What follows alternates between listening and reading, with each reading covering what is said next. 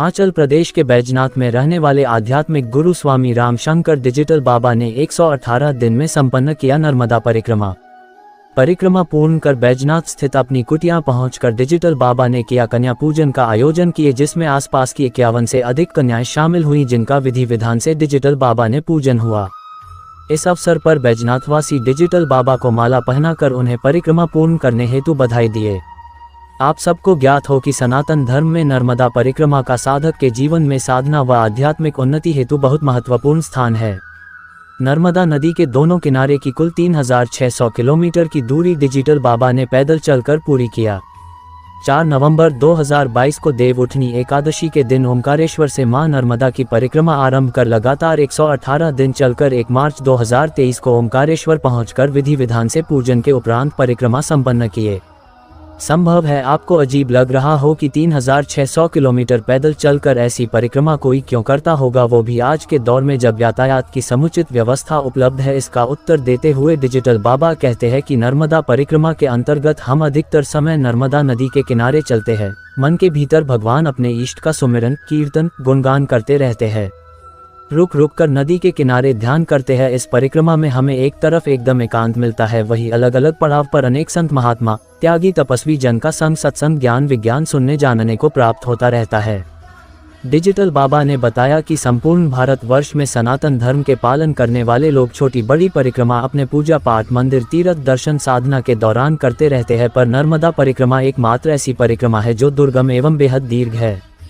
Digital बाबा ने बताया कि पूरे परिक्रमा के दौरान हमें केवल अपने भक्ति भजन साधना को लेकर जागरूक रहना होता है। जीवन निर्वाह से संबंधित जो हमारी आवश्यकता है, भोजन, नाश्ता, रात को ठहरने हेतु स्थान आदि, इन सब चीजों का प्रबंध परिक्रमा मार्ग में पड़ने वाले गांव के ग्रामीण जन प्रेम भाव से सदा व्यवस्थित करने में लगे रहते हैं।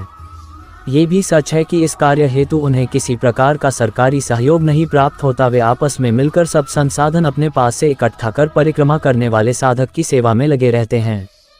परिक्रमा करने वाले साधक से कभी उसकी जाति नहीं पूछते, वो गृहस्थ है या सन्यासी, इससे भी कोई फर्क नहीं पड़ता। जो कोई परिक्रमा कर रहा है उनकी सेवा में ग्रामीण जन, मंदिर समिति, आश्रम के लोग सदा तत्पर रहते हैं। एक किनारे 1800 किलोमीटर, दूसरे किनारे 1800 किलोमीटर, कुल 3600 किलोमीटर की परिक्रमा। आपके पास कुछ भी नहीं है, उसके बाद भी आप ये परिक्रमा कर सकते हैं।